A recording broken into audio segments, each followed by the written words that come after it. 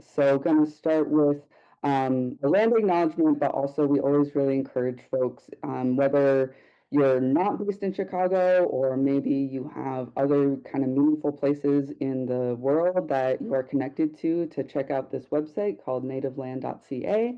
It's a great interactive digital tool that has a lot of different Native communities from around the globe kind of mapped out in their ancestral homelands.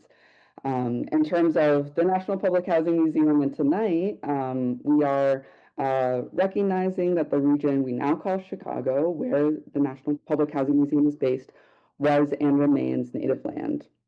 Located at the intersection of several great waterways, the land we currently occupy naturally became a site of travel and healing for many tribes who have and continue to steward this land and water. We acknowledge the Potawatomi, who are the primary stewards of the land, the Ojibwe and Odawa, who were also frequent travelers and stewards of the land, and the many other indigenous nations who are the past, current, and future caretakers of this land. We also acknowledge and celebrate that we are in relationship to the land, the water, and all living beings, as we are in relationship with each other tonight. We wanted to kind of give an opportunity to just introduce folks. If you're not super familiar with the National Public Housing Museum or the Beauty Turner Academy, we just wanted to share a little bit about what those are before we kind of get started. For those who don't know, the National Public Housing Museum is the only cultural institution devoted to telling the stories of publicly funded housing in the United States. And our mission is to promote, preserve, and propel the right of all people to a place to call home. The museum was dreamed up and started by public housing residents in the near west side of Chicago. We're located in the last remaining building of the Jane Addams homes, which is one of the first public housing developments in the country. And public housing residents have continued to be just such an integral part of our work, from staff members to board members and to oral history collective members who now all come through the Beauty Turner Academy if they want to work with the museum in that capacity. So this is a really important program to all of us and to the institution as a whole. If you're a graduate or a cohort member, you can feel free to like make an emoji or something, or just say hey in the chat. And this is, one of many things that we're taking on in the coming year to try to kind of build more community across the different cohorts of the program. We're now in our fourth year of the Beauty Turner Academy, which is pretty wonderful. In terms of like what is this Beauty Turner Academy, it is an 11-week intensive summer training program that gives participants a deep dive into the practice of justice-centered oral history. Some of what makes this program unique, my slides are out of order, so what makes this program unique is that we focus very specifically on public housing communities and stories, and this is a part of a lot of oral history, but agency of the community to really tell their own stories and preserve their own stories is really important to us. We're working on, developing specific skills, with recording equipment or release forms, but we're also really, focused and interested in personal development and just developing who we are as people, listening skills, deep listening, consent and continuous consent. These are, two of the really important soft skills that we talk about. And this program is also paid, as in the participants get paid to learn. One of the huge drivers of educational inequity in our country is that you have to pay to learn in most contexts. And so it's really important to us that not only people don't have to pay to learn, but they're actually able to have their time compensated, because that is also a barrier for a lot of people.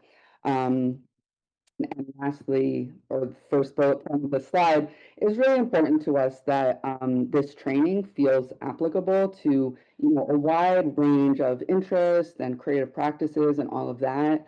We really love and encourage folks to stay involved with the museum after they graduate the program.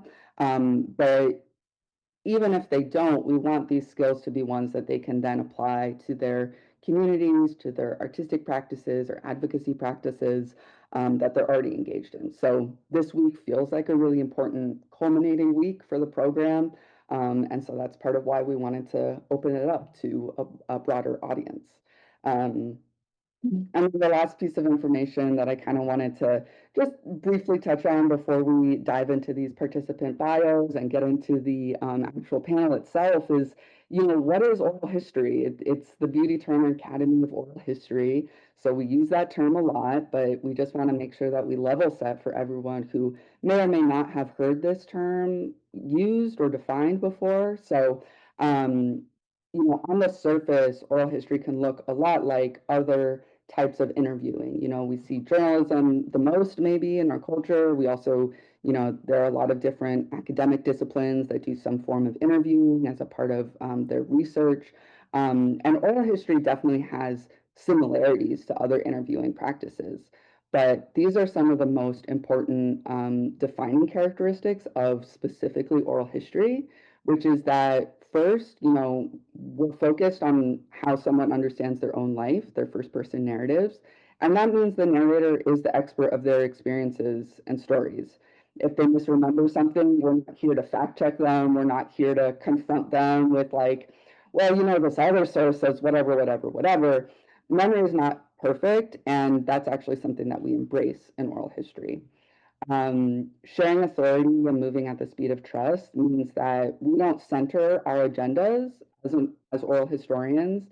Usually, if we're taking on a project, we have some sort of like interest in certain types of stories or certain memories of someone's life, but we don't want to rush narrators into telling what we want to hear, right? This is a collaborative process that we are embarking on together. And so, we have to really respect that these are their stories and have actions that reflect that respect. Um, and it's okay if in a first interview we don't hear everything that we want to hear. That just means that we're going to continue building that relationship, and hopefully we do get to develop trust to the degree that we do get to hear those stories. And kind of lastly, especially at the museum, a really important part of how we view oral history is moving from a trauma-informed lens or perspective. Remembering the past for all of us can bring up pain, discomfort, sadness, a lot of other emotions, especially when we're talking about a system that has been underfunded and has a lot of stigma against it in our culture. And so we want to move through every part of oral history in a way that empowers narrators rather than re-traumatizes them. And so that means being really thoughtful about how we go through each part of the process.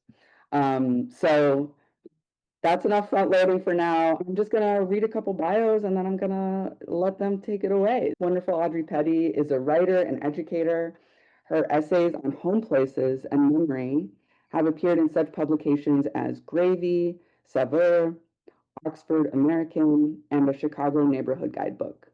She's the editor of High Rise Stories, Voices from Chicago Public Housing, published by Voice of Witness, and is the co-editor of the long-term Resisting Life Sentences, Working Towards Freedom, published by Haymarket Press. If you've been to the physical museum, Audrey was also a huge part of the Everyday Lessons exhibition, which is on our ground floor. Erisa Apantaku is a Pulitzer Prize winning audio journalist, multimedia educator, and filmmaker from the land of the Three Fires Confederacy, the Ottawa, Ojibwe, and Potawatomi nations, which is also the ancestral homelands of numerous other peoples such as the Ho-Chunk, Kickapoo, Miami, and more, commonly known as Chicagoland. Tamara Santibañez is an interdisciplinary artist and oral historian living and working in Brooklyn. Their memory work is rooted in interpersonal encounters and collaborations, often taking the shape of tattooing, energy work, and care work. So I'm going to stop talking and I'm going to turn it over to our wonderful panelists. They're going to tell us a little bit about what oral history means to them and how it informs their practices, and encouraging them to also talk about kind of a specific project that they've used oral history for. So I guess I'll go in the reverse order and let Tamara kick us off. Hi, everyone. I'm so thrilled to be here tonight with all of you. And I was also so excited to be reading all the introductions in the chat. So many past and current BTA people and people doing really incredible things. So, yeah, very honored to be among you all this evening and to be in conversation with such incredible people. But yeah, to tell you a little bit about myself, I say I'm an interdisciplinary artist because that covers a lot of different things. I'm also a writer and an oral historian and a care worker. And, to me, oral history, one of the things that I love most about it is the encounter, this kind of like time-based and temporal ingredient in recording an oral history interview, and that it's this unique record of a moment that can't be repeated in exactly the same way ever again. Whether you're asking questions a week apart, you're asking different questions, somebody slept badly the night before, there's always going to be variants that are so beautiful. That's one of the things that I love most about it, but I also love the co-authorship and the co-creation aspects of it. Um, and and so, in my oral history work, a lot of I think my interest in narrative and storytelling really came through my work as a tattoo artist and through spending hours and hours with somebody. Um, and trying to put people at ease and trying to make conversation with people who were often walking in as strangers. And one of my mentors told me at the time that everyone has something that they love to talk about. You just have to ask questions until you find what it is. And so I got a lot of practice over a lot of years of doing responsive question asking and a lot of close listening, which led me to ultimately pursue oral history in a more formal training sense. Um, but a project that I really loved that I used oral history for is a project that I did that it's online. It's called The Brick Deep Inhale, and is taken from the project that's online is sort of taken from a number of oral history interviews that I did with people about the intersection of tattooing and the prison industrial complex. But the web version is really thinking about close listening to very short excerpts of audio through ethnopoetic transcription, and then kind of building out these moments of like political knowledges that narrators shared, while still trying to preserve the privacy of the interview as a whole. So kind of revealing as you scroll through these poetic transcriptions, these moments of longer excerpts. So I'm also often thinking about evasion, about safety, about privacy, about what shouldn't be on the oral history record. But yeah, always thinking about the relationship and the person in those things. Thank you, Tamara. Erisa, you want to go ahead? Sure, I'll go next. Hi, everyone. It's great to be here. I think I've never really studied oral history practices formally. To me, oral history is just talking to folks, hearing their story, and being a really deep listener. But one of the first projects that I worked on that I consider an oral history project was the narratives of Robeson High School, which I did with Southside Weekly. The narratives of Robeson High School, it was an oral history of the almost 40-year-old high school in Inglewood that was being closed down in 2018. And to prep for that project, I actually read High Rise Stories and got coffee with Audrey, and she was so generous with her time, and I'm so blessed to get to work with her at the Invisible Institute now. But anyway, for that project, I was just really interested in what people had to say about their school, because in the news, it was just like the same kind of narrative over and over again about like it needs to close because of these reasons. And it just felt very much like obviously there's more to the school than that. And so me and the team at Southside Weekly, we reached out to people. We talked with mostly alumni, and like found and talked to people from each decade and talked to them about the school. And it was like, I was working with Southside Weekly. That's a journalism organization. So we were like Liu alluded to earlier, we were like asking questions about a specific thing, like their relationship with the school. but it was very open-ended in what they wanted to share. We really were not seeking anything. We just wanted to hear. And then from those oral histories, which we put online, we also made like a shorter hour-long thing, kind of including snippets of the oral history to tell this like full story of the school from start to finish. Thank you, Erisa. And Audrey, you want to go ahead? Sure. So good to be here. Thank you all. Thank you for the invitation. It's really lovely to be in you all's company tonight. And I've met some of you talking a bit about High Rise Stories, which is a project that I started working on in 2010. And it became a book that was published in 2013. So it features narrators, 12 narrators from different high-rise public housing communities in Chicago. And really what really got the ball rolling for me was seeing and learning about the buildings coming down. And as a Chicagoan, having this really urgent, deep need to get closer to them, even as they were coming down, and to get to know people, and to participate in some way of holding and carrying forward the memory and the history there. So that was the first time I did anything like that. I had not studied oral history before, but I think I really started with that curiosity. I think, as Tamara was saying, I think building relationships and getting to know people over time was such a privilege and such a deep education. Thinking about oral histories that meant and mean a lot to me. But before I started this work, I experienced oral history as a kind of deep listening. And so I think to embark upon that kind of work, that was the privilege of it, was to get to know people and to listen deeply and to really build relationship with them.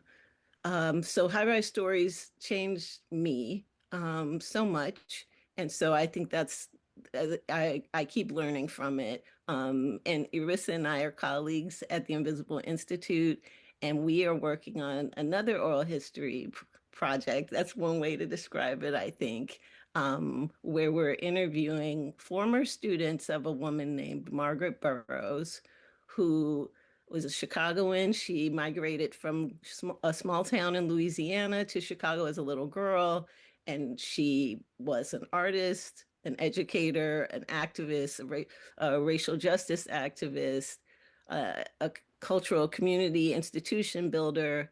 And one thing that started our pursuit of this oral history was to interview some of her former students.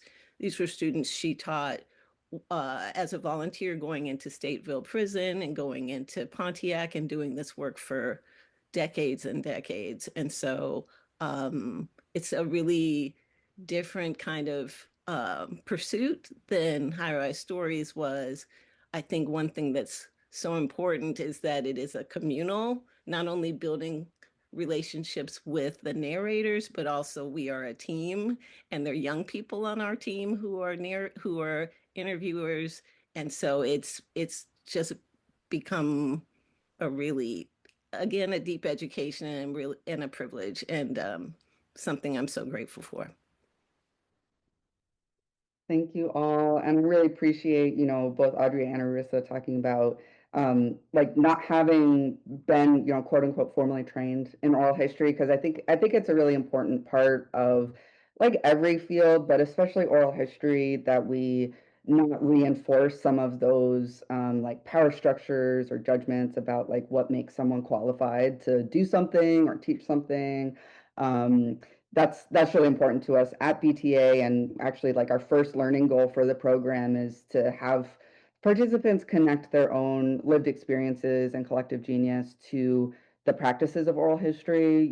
Storytelling is something that's just so fundamentally human. It's part of how we learn, it's how we build community, it's how we build trust and intimacy.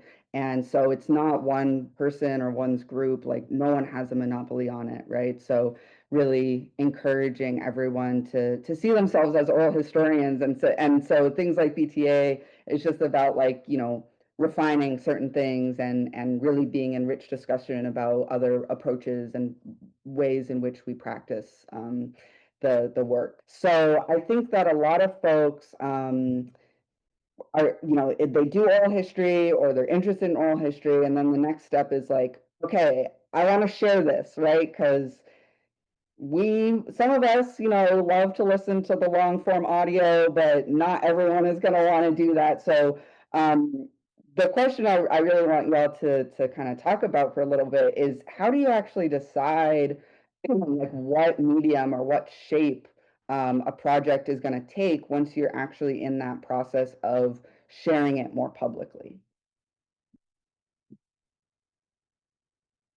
Oh, and does someone want to go first? Sorry, I didn't think about order. Okay. I'll just go first. I started in audio. Oh, yeah, sorry, I keep thinking of more oral history things I've been involved in that I just don't even, because I just think, oh, this is what I do. This is part of my storytelling practice, I think. But I started in audio, and I'm actually glad that I did, because I think that audio is just the best way to share and to let people share their stories for two reasons. Like, one is, I think that people's like voice and their emotion and their rhythm and their energy come through audio that you don't get easily in print. I'm glad to. I think you're right, Erisa. I think that I think audio has a capacity. Well, I'm thinking about having edited high-rise stories, and I think in editing, one thing that I really was important was to not rely on transcript when editing and when kind of making this into something that people would read to listen again, to listen again. And so I think as an editor, one thing that I felt challenged to do was to really listen closely again and to try to honor and be precise in my editing, where you had as best you can on a page the sense of someone's voice, the texture and the quality and the nature and the spirit of that voice. I hope that I did a good job at that. And I think that was like one of my deepest commitments, along with feeling like this was a book for the narrators and the book for residents and former residents. Those were my deepest commitments. I think with the work that we're doing on the Margaret Burroughs project, I feel like it lends itself to audio in part because we also have these conversations that are emerging, as you know, between the young people who are interviewing and the narrators. And I think there's something that's so fine and nuanced and profound about these exchanges that I think also are best served by that format. Awesome. Tamara, anything to add?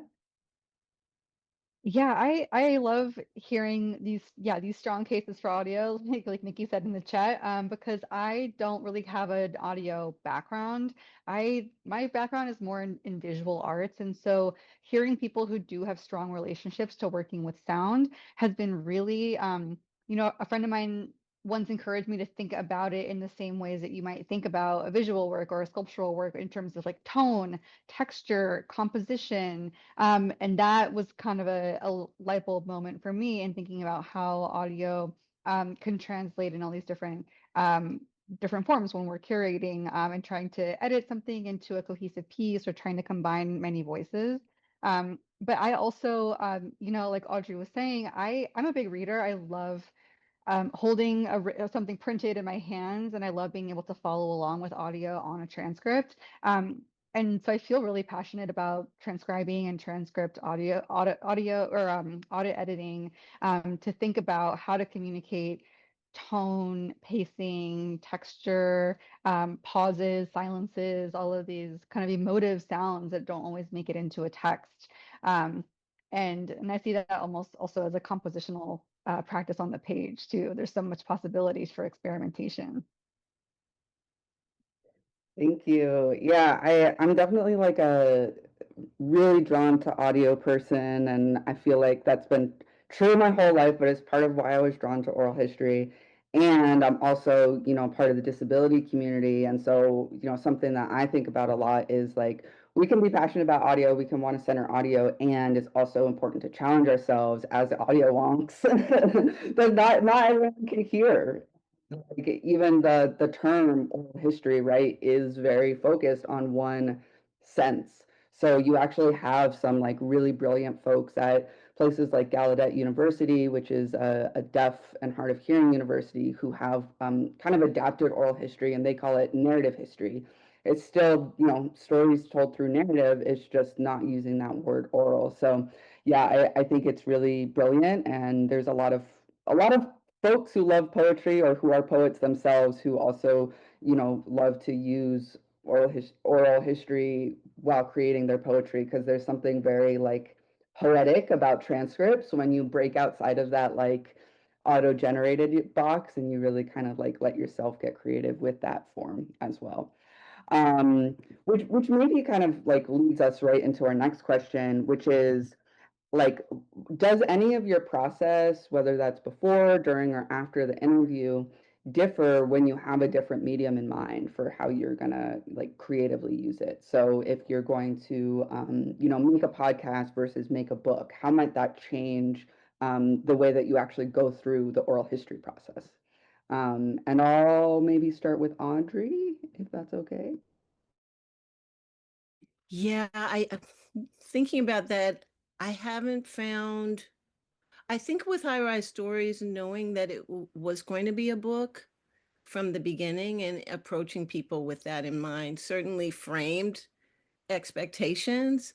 I think with the Burroughs Project, we really don't exactly know what we're doing in terms of where this is going. So we have had a piece that aired on the local NPR station, but I should add that we're also really committed to creating an archive for the sake of archive. So even as there may be these different outcomes and representations of it, we really want every conversation that we have to be held and projected and maintained in a place. And so I think that's kind of where we've begun with that work.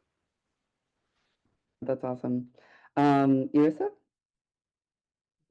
I've only ever done audio, so the Robeson Project did a year later become a print piece of the Southside Weekly newspaper, but I don't think I can answer the question. That's okay. That's okay. Um, yeah, I guess if you've only done one medium, it's a little bit hard to answer that one. And Tamara, anything to add? Yeah, I would say that I often don't know what we're making or what the oral histories are going to be for. I consider myself really lucky in that I know so many people who I know will make amazing narrators and whose stories I'm also committed to just archiving for the sake of archiving. And so sometimes the idea comes once we have that material sort of recorded and available.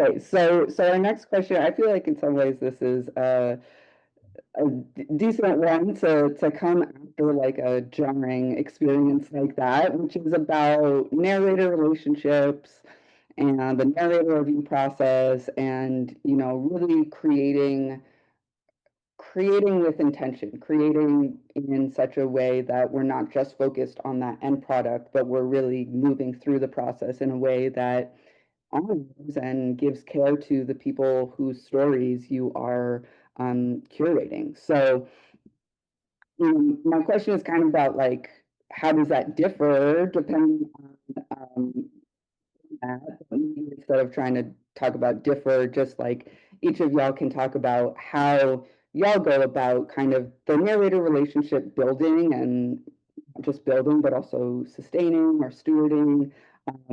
Does that include any sort of like review of materials or review of the final product or the drafts as you go?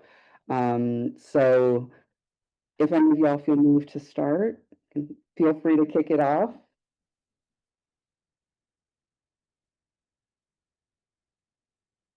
or I can call. I don't mind starting again. So yeah, this is an area, this question, I think, makes me think about the differences between journalism and oral history. Like I mentioned before, most of what I do is through a journalism lens. I work with a journalism organization. I have worked with another one, but I think I bring a lot of maybe oral history practices to that work, even if it's not considered an oral history. But one thing I do think that's similar between the two is like managing expectations and just trying to be really clear with people about like what I'm doing, where the thing is going to live. If, you know, I think a lot of times with, especially with You Didn't See Nothin, the podcast that I was a part of with the Invisible Institute that came out in 2023. I think the way that we interviewed people, we really, it was very open-ended. Like we didn't approach it. I think a lot of journalists go into an interview being like, I need this from this person for this reason, for this story, you know? But we were much more open in our approach. But I think part of that also means managing the expectations around like, I might talk to you for like 3 hours and we might use 20 seconds of this in the actual podcast. And that I think can be hard and confusing for some people. So that's always something I try to do, is like manage expectations up front about what the project is, what I'm doing, all the information I know, I want them to know. But then another area in which journalism, when I'm like working as a journalist, like narrator review process, I'm not even 100% sure what that means, because in journalism, you cannot, like I can't like, it is usually like not looked good upon to read someone's quotes back to them. Sometimes if like the interview is really important, you can talk with your editor about making that happen, and that's okay. But like most of the time journalists will be like, no, I don't make sure my sources are fine with the quotes I'm running from them. Like they talk to me, that's it, right? And I don't like that at all. In all my own personal projects, I'm like, hey, here's the pieces that I'm going to include from what you said into the piece. Is this okay? Like, here's the order in which they're appearing. Is this okay? Just so that there's no surprises. I don't want anyone to listen to my thing and be like, what? That would be a nightmare. Someone has a question, but should I answer it now or wait till the Q&A? I feel like it's because it's just so connected to this question, we can address it now. Okay, cool. It's- So in a journalism context, like, no, I wouldn't give someone, actually, so before the piece is published, I wouldn't give someone their thing.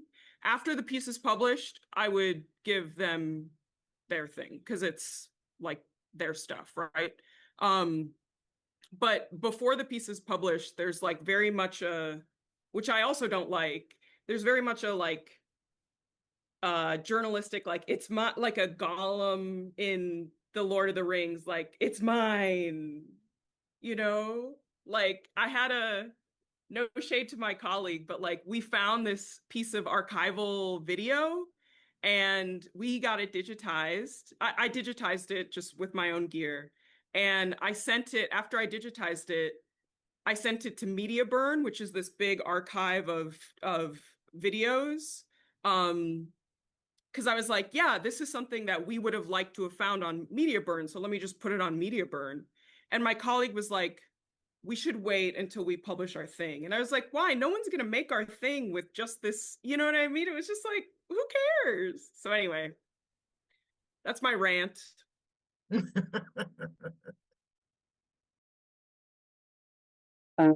Tamara, do you want to jump in?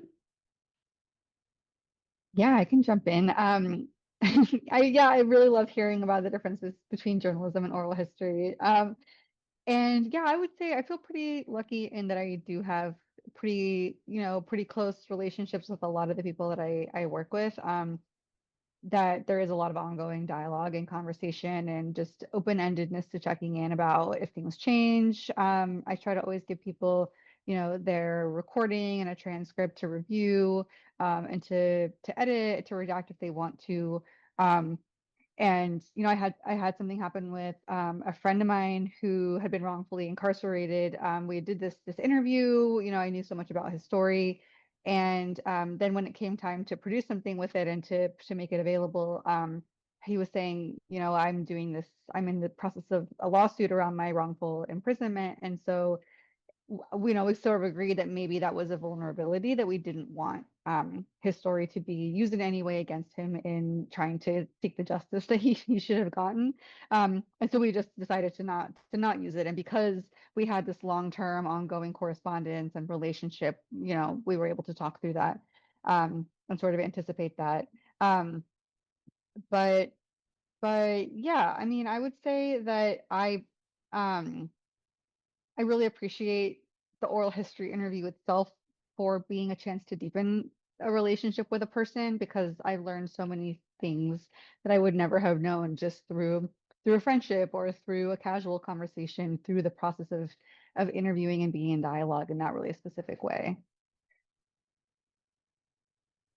Thank you. So many really interesting things I want to follow up on that, but I'm going to let Audrey answer this question, and we'll get to the audience questions, and I'll maybe have my own audience question. Cool. I would say my process was very much like Tamara's, with High Rise Stories. I think that the book was part of a series. I was able to share books with narrators and people who were interviewed so they'd have a sense of voice of witness as a nonprofit publisher, and just a sense of that kind of format. And I think from there, from the beginning, consent was like, there were consent forms, there were lots of, also along with discussion about how they might want to participate today, or might want to stop after today, or might want to take on a pseudonym, or just kind of back and forth, ongoing, really respond to their commitment to the project. When it came time for the book to go to galleys or go to print, the narrators received their chapters and edited, redacted, and that too was a moment to check in about, is this something you want to do? Do you want to use your name? Do you not want to use your name? So that was that was very much ongoing for that project. And also from the beginning, with consent, participants knew that they could request audio or could request like full transcripts at any point. Thanks, y'all. Audrey and Tamara, you both kind of touched on like anonymity and like narrator vulnerability, not vulnerable in like a bad way, but just, like different people, because we live in a white supremacist society that is also a lot of other effed up things. Like there there are dangers, to telling your own story, especially if you're speaking truth to power or speaking things that certain people might not want to hear. So how do you take that into account in your process? Like when you have narrators who have those like potential greater vulnerabilities who are involved, how do you do that? Do you just not include them, or are there more layers to it? How do you go about that? Yeah, I think a lot of that is collaborative. I try to come in with as comprehensive a sense of the potential risks that I can offer as sometimes an outsider to a question or to a lived experience, and talk through those with people, and ask questions about, anything that I might have missed or not thought about. And I think in the case that I was just describing, I remember being told in oral history school that oral histories are not necessarily admissible as, evidence legally, but I've talked with movement lawyers who say, I would not trust that and I would not rely on that. And I always want to err on the side of being safer than sorry. And redacting and deleting, sometimes really just deleting and wiping something um, in terms of security culture. Um, and but I also trust that people are brave and also know the risks that they're willing to take, and can weigh those things for themselves. I've been a long time volunteer with the Rikers Public Memory Project, where people record testimonies that are being used in the efforts to make sure Rikers is closed. And more recently, I do volunteer transcript editing for prison radio, which people are offering real-time communiques from inside, which can also render them really vulnerable to retaliation. And if people are taking those risks, kind of like full-throatedly and bravely and knowing them very intimately, then I also think that there's a responsibility to support that and to make sure that their stories make it as far and as wide as they want them to go. Yeah, I would briefly add that relationship building was really, really key. And so I feel like the narrators got to know me as I got to know them. And so sometimes we talk about a conversation after it happened or before we'd have the next one. And so it wasn't like this, compartmentalized event. There was a way that we were kind of with each other and actively engaged and like, how is this going? Or is there something you wanted to say that like you want to take up next time, or just to really check in that way in an ongoing way was important. Yeah.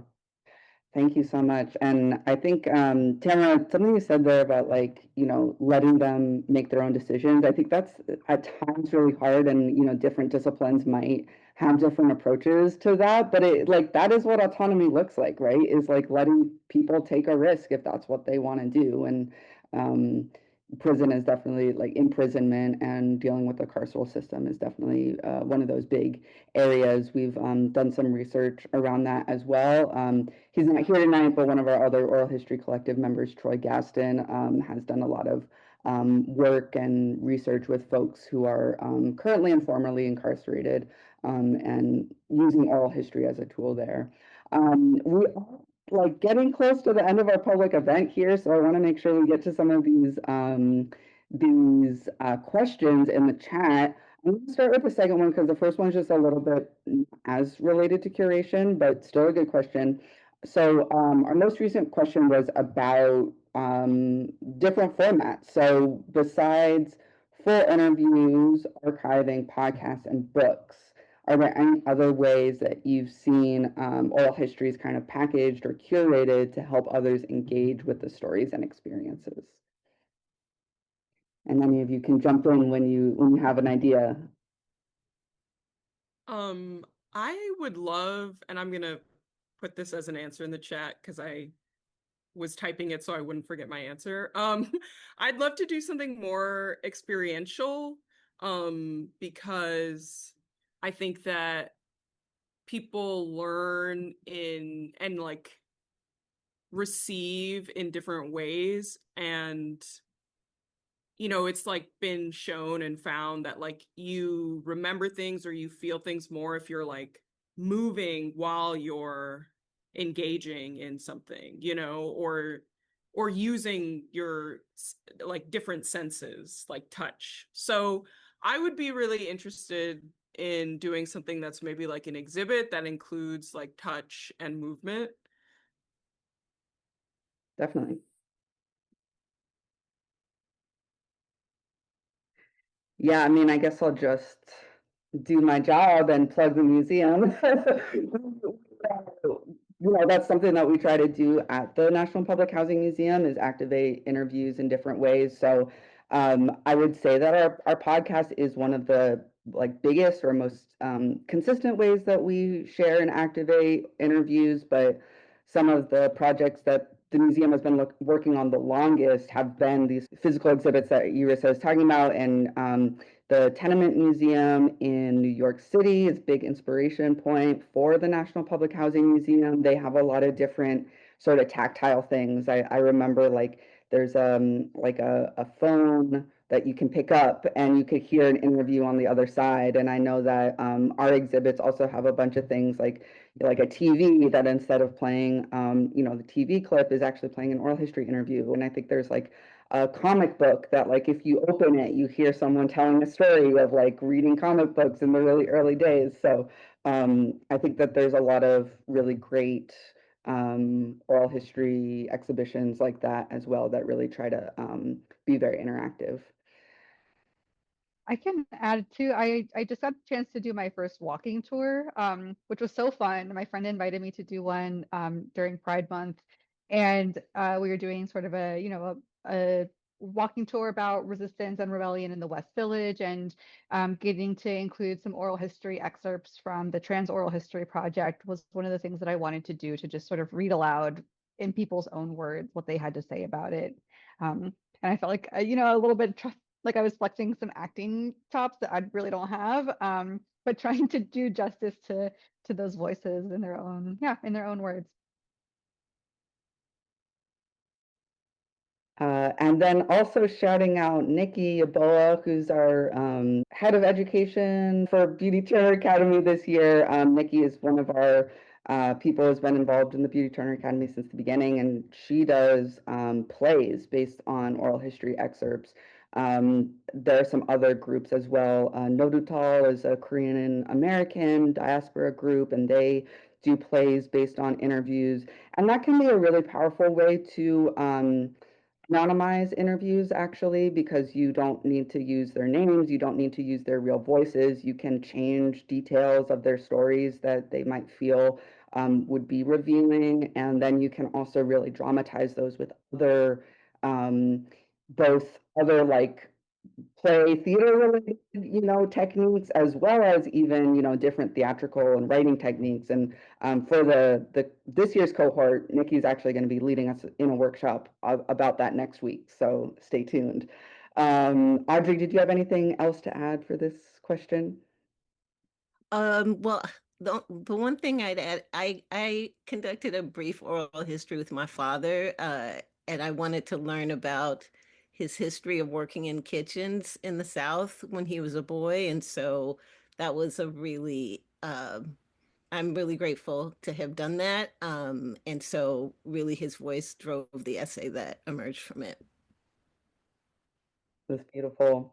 All right, I want to get to Janetta's question because I said I would. This is not quite curation related, but still a good one. It's about interview guides, right? Like, how do you come up with good questions to ask? What do you think about, not having an interview guide? And just kind of different approaches to the interview that are maybe different from the sort of traditional one.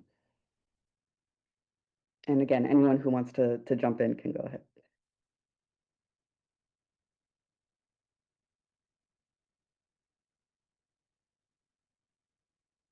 I feel like I've jumped in first every time. If that's okay with people, I will jump in again. Okay. All right. I actually think that's great. I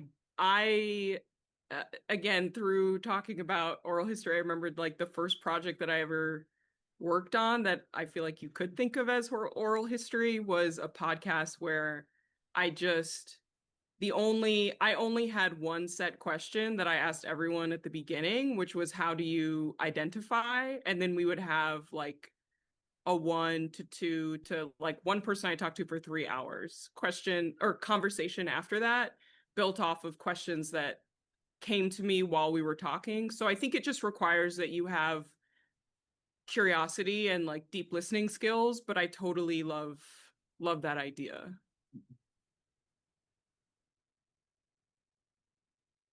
Yeah, similarly to that, I think because I have a lot of relationships with people that I interview, I don't necessarily do so much cold research to try to get to know them, and might have a stronger sense that allows me to be a little looser. Um, but I did a project, the one that I mentioned earlier about tattooing and incarceration, where the first question that I asked people was, "What did you know about tattooing when you were young?" And that question was so, gave us so much. Somebody might say, oh, I grew up around a lot of bikers because my mom had a boyfriend who rode motorcycles. And so we would take these long trips up the coast, and there's so many things to ask about from there. Or somebody might say, oh, the only ones I ever saw were military tattoos on my uncle's arms. And I grew up in a really conservative household that was very rule following. And just, like Erisa was saying, there's 5 things in that sentence that you can pick up to ask from, which is a really exciting way to start.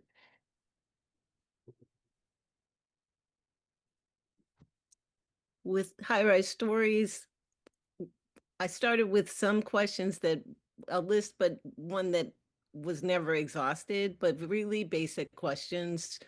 You know, where did you live? How long did you live there within this high-rise public housing community? Did you know your neighbors? Were friends or family nearby?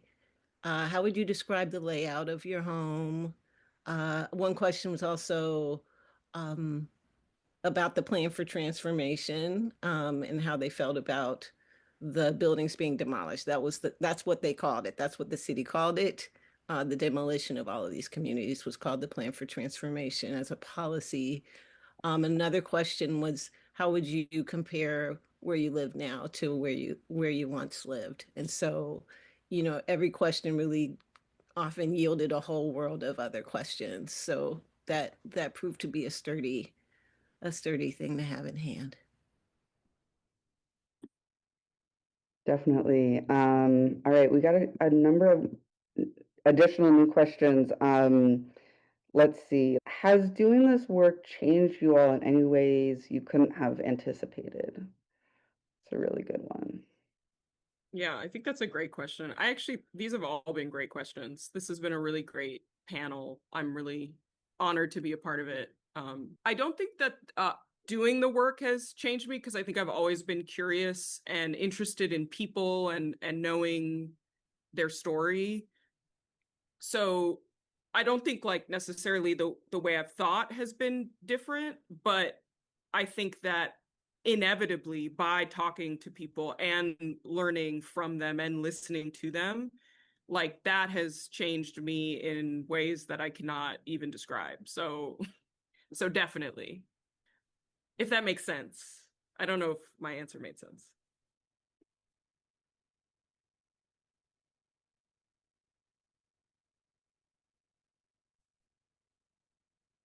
Anything to add, either Audrey or Tamara? It is hard for me to account for how the experience changed me. I don't think I can put it to words. It feels like cellular on some level, that just the relationships um and part of it is like exchange of energy between people. I know that sounds really woo-woo, but I think that kind of immersion and connectedness, I think I feel like I'm a different person for it. I think having done the work, I'm more curious about layers of history and like what used to be where than I think I was before I got started on it. Yeah, I would agree with all of that. I think oral history work has really shifted my relationship to time. And I think a lot of that is also, you know, as a result of the rise in trans oral history projects and sort of trans interventions into like the idea of a linear life narrative, and you know interventions into the idea, like expansions into the idea of like biological family and like expanding notions of kinship, right? But I think that oral history is such a beautiful way to like even the field and genre of speculative oral history and thinking into the future, and imagining future oral history encounters and interviews, and looking into the past, being able to move forward and backward in time and then land back where we are now and hold all of those things at once is really special and really unique. Yes, thank you for that shout out to speculative oral history. I just put in Everything for Everyone, which is an amazing book that folks should check out. It's kind of a future narrative told as oral history transcripts into the even further future. So just put that in your noggin. It's really great, and I think that this sort of speculative work is more important than ever. Sometimes these crises, I actually have this quote in my email signature: every crisis, actual or impending, needs to be viewed as an opportunity to bring about profound changes in our society. Visionary organizing begins by creating images and stories of the future that help us imagine and create alternatives to the existing system.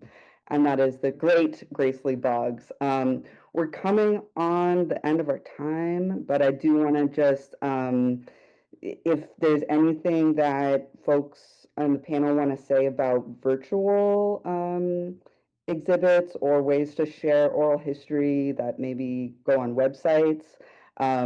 For the tips and practices on trauma-informed approach, I'm going to send you to our website because we have like a very, very rich page created by a former BTA educational coordinator and a former BTA graduate. So that is a great resource. And there was also a great question about trying to interview folks who are currently incarcerated. That's a tricky one, and it's hard. But I'm gonna connect you to Troy, who I mentioned earlier, who might be able to share some of his perspective. But I see a finger, Erisa. Yeah, I'm actually story editing a podcast that's about a book club in Wilkinson Correctional Facility in Mississippi. And he's an author who goes into the prison to lead a book club every 2 weeks, and he started recording the conversations and then also now doing one-on-one interviews with people after.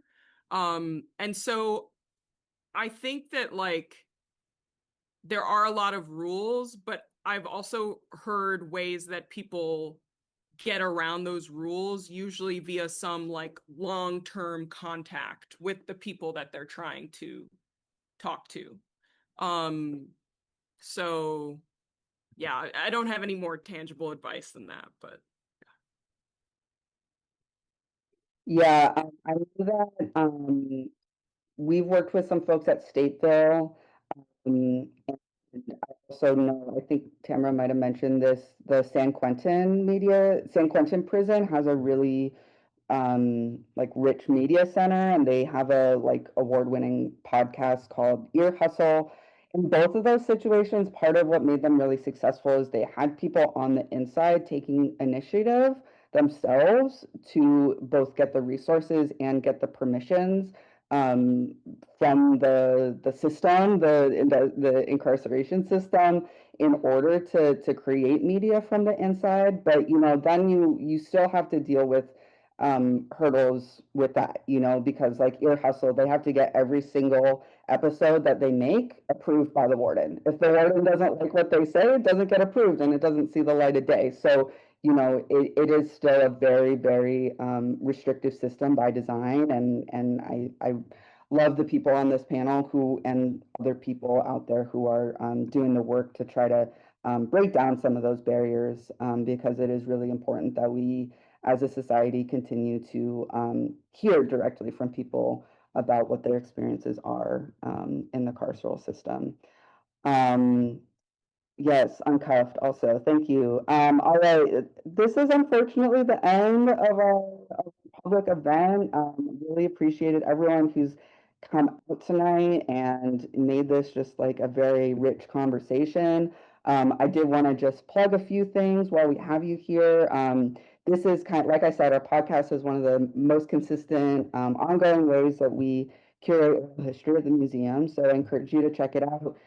You can look at this link. You can also just search NPHM wherever you get your podcast, and you should find it on your feed. We're working on another episode that's going to be out in a couple of weeks soon. So go ahead and subscribe, and you'll get a notification. This is our last episode, which is about Beauty Turner. So if you're wondering about who is this person whose name we keep saying, definitely encourage you to listen to this episode.